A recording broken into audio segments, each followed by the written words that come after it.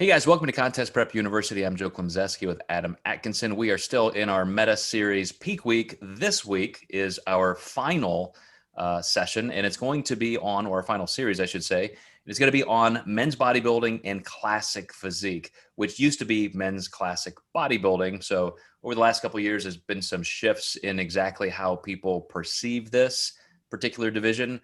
A little bit of even the class criteria perhaps has evolved, but especially what they want now in terms of the trunks.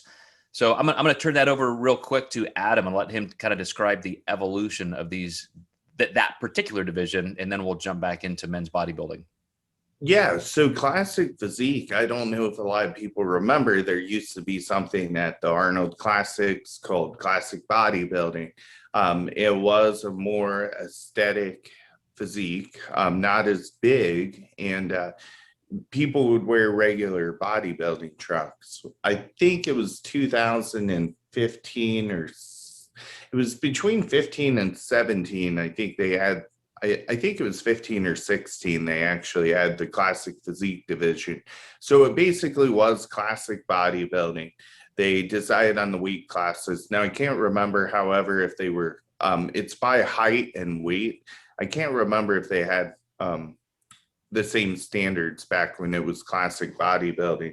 But anyhow, they did change the trunks. It was a great time to market. You know, everyone needs to buy something new to compete in this division. So, you know, you could go to NPC Activewear and buy the classic physique shorts or spandex, we would say.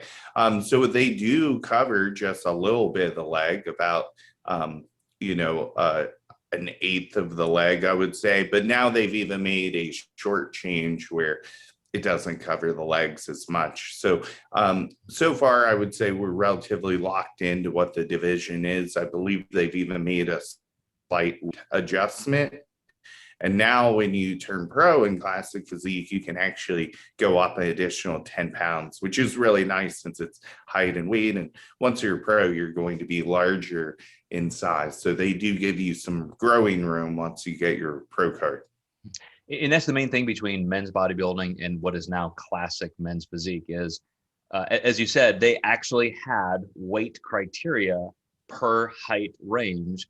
And that was their way to try and put a cap on extreme size. So bodybuilding, get as big and as lean as you want to be.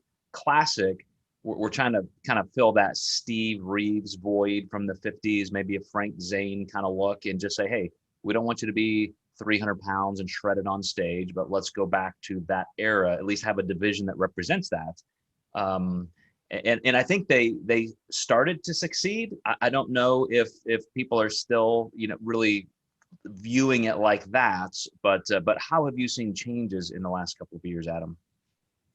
Well, I would say that you know, recently, since it's such a new division, it's amazing how aesthetic some of these people are coming in. It has really brought some life and interest back into physique sport for sure. This is one of the bigger divisions that people are competing in. The guys look amazing. Personally, I think it's my favorite division of all of them. It seems relatively attainable, not too big, but you know, the evolution, I would say, has been more people are showing up and able to pull the look off very well.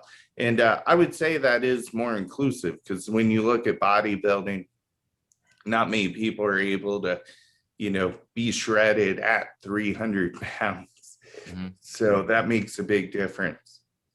Right. And as just a way of kind of finishing up the conversation on criteria, I think from time to time, there's some talk about men's bodybuilding being a little bit changed, or we're going to reward this and kind of de-emphasize this. But in truth, I think it's fair to say that still the best physique on that day wins, meaning that, you know, if you're not the biggest, you're probably going to be overshadowed. If you're not lean enough, you're definitely not going to be in the running. So you still have that combination of just severe conditioning with as much size and symmetry as you can pull off. Mm-hmm. Absolutely. And you think it with men's physique, you know, because you have a little bit more short coverage, are you seeing that people who can get, quote, too lean are discounted, or is that still okay? As long as you're within that height and weight range, being lean is still what is necessary. So I think it depends, because in classic, you do want to have shape and aesthetics. So you can start seeing people get so lean that they kind of lose that shape a little bit. So you do have to be careful. But if you can hold shape and get super shredded, by all means, do it.